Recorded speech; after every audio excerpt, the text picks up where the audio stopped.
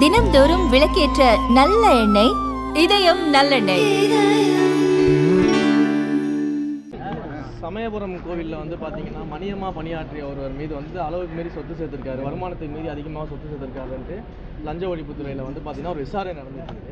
So அந்த விசாரணை நேர்மையாக நடைபெற்று அதில் ஏதாச்சும் குற்றங்கள் இருக்கா அப்படின்னு கண்டுபிடிக்கிறதுக்காக நிர்வாக ரீதியிலாக நடவடிக்கை எடுக்கிறோம். இப்போதைக்கு சஸ்பென்ஷன் பண்ணியிருக்கிறோம்.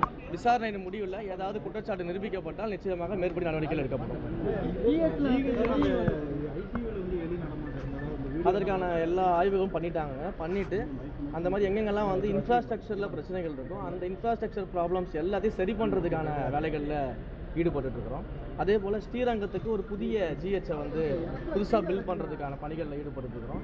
அதற்கு வந்து அதே இடத்துல வந்து பில்ட் பண்ணலாமா இல்லை ஒரு புதிய இடத்துல வந்து ஜிஹெச் கொண்டு வரலாமான்றதை பற்றிலாம் இன்றைக்கி டிஸ்கஷன் பண்ணியிருக்கிறோம். ஸோ அதற்கான முடிவுகள்லாம் எடுக்கப்பட்டு வெளிப்படையாக உங்களுக்கு அறிவிக்கப்படும். இந்த மாதிரியான தரத்தில் கொண்டு வர போகிறீங்க?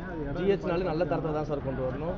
100% மக்கள் சிறப்பாக பயன்படுத்தக்கூடிய அளவுக்கு பல்லாண்டு காலம் நீடித்து நிலைத்து மக்களுக்கான எல்லா வகையான மருத்துவ வசதியும் கொடுக்கக்கூடிய அளவுக்கு அது கொண்டு வரப்படும். தலைமை அரசு மருத்துவமனை சரியான பராமரிப்பு அதுக்கு தான் அதுக்காக தான் இன்ஃப்ராஸ்ட்ரக்சர்ஸ் ஒர்க்ஸ் எல்லாம் ஸ்டார்ட் பண்ணிட்டு இருக்கிறோம். அதெல்லாம் பண்ணிட்டு இருக்கோம். இந்த பட்ஜெட்டில் திருப்திக்கு அறிவிப்புகள் அதை பற்றி தான் சார் டிஸ்கஸ்லாம் பண்ணியிருக்கோம். என்னென்ன பட்ஜெட்ஸில் கொண்டு வரணும், என்னென்ன ப்ராஜெக்ட்ஸ் கொண்டு வரணும், என்னென்ன முக்கியமான சிறப்பு அம்சங்கள் எல்லாம் கொண்டு வரணும், இன்னும் மக்களுக்கு தேவையான அடிப்படை வசதிகள் என்னெல்லாம் சரி செஞ்சு தரணும் அப்படின்றத பற்றிலாம் டிஸ்கஷன் எனக்கு பண்ணியிருக்கோம்.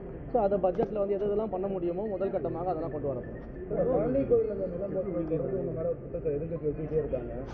அதாவது எதை வச்சு அரசியல் பண்ணுறதுன்னு தெரியாமல் இதை வச்சு அரசியல் பண்ணிக்கிட்டு இருக்கிறாங்க.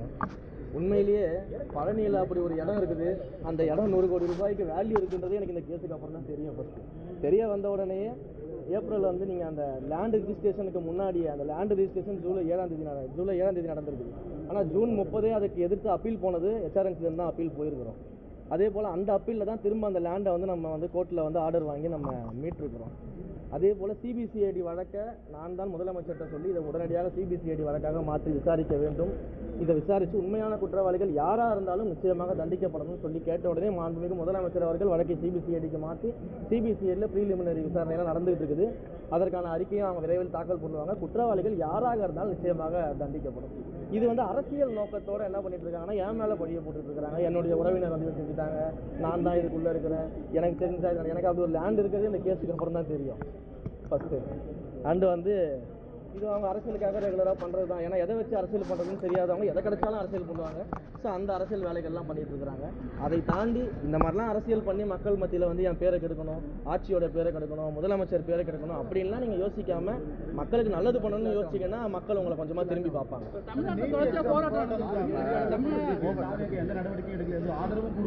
மிக தெளிவாக மாண்புமிகு முதலமைச்சர் அவர்கள் இது தொடர்பாக தன்னுடைய இணையதளத்தில் பதிவிட்டுட்டார். அந்த போராட்டத்தில் இருக்கக்கூடிய மாணவர்களின் கோரிக்கைக்கு வந்து நாங்கள் நியாயமாக ஆதரவு தெரிவிக்கிறோம்னு சொல்லியிருக்காரு. அதே போல் ராகுல் காந்தி அவர்கள் மீது நடத்தப்பட்ட அந்த விஷயங்களுக்கு எல்லாமே மாண்புமிகு முதலமைச்சர்கள் வந்து அதற்கான நிலைப்பாட்டை அவர் சொல்லியிருக்கிறாரு. ஏற்கனவே நாங்கள் என்ன நிலைப்பாட்டில் இருக்கோம், இந்த நீட் தேர்வை வந்து முற்றிலுமாக அகற்ற வேண்டும், அதற்கு கல்வியை மாநில பட்டியலில் கொண்டு வரணும், மாநில பட்டியலில் கொண்டு வரது தான் நிரந்தர தீர்வாக இருக்கும்னு அவர் சொல்லியிருக்கிறாரு. இது எல்லாமே அந்த நிலைப்பாட்டை மிக தெளிவாக நாங்கள் சொல்லியிருக்கிறோம். அதற்காக நான் முயற்சிகள் நிச்சயமாக ஈடுபடுவோம். அதில் எந்த விதமான மாற்று கருத்தும் கிடையாது. டெல்லியில் ஃபேர் நீட்டுக்காக போராடுறாங்க, இங்கே தமிழ்நாட்டில் நம்ம வந்து பேன் நீட்டு தான் போராடுறோம். அதுவும் இவங்க திமுக வந்து போராட்டத்தில் ஈடுபட்டிருக்காங்க. அது எப்படி பார்க்க? அதுதான் நாங்கள் தெளிவாக சொல்லிட்டோமே, நாங்கள் எங்கள் நிலைப்பாட்டை தான் சொல்லிட்டோம். நீட்டை வந்து நீட் வந்து தேவை கிடையாது, நீட்டை வந்து அகற்றணும் அப்படின்னு தான் சொல்லிட்டோம். அது கல்வியை மாநில பட்டியலுக்கு கொண்டு வர எங்கள் முதலமைச்சர் தெளிவான விஷயங்களை சொல்லிட்டாரு.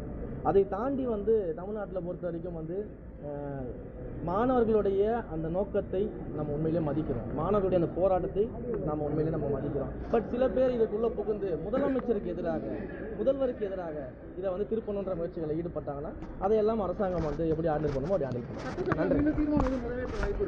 அதெல்லாம் முதலமைச்சர் சொல்லுவார்.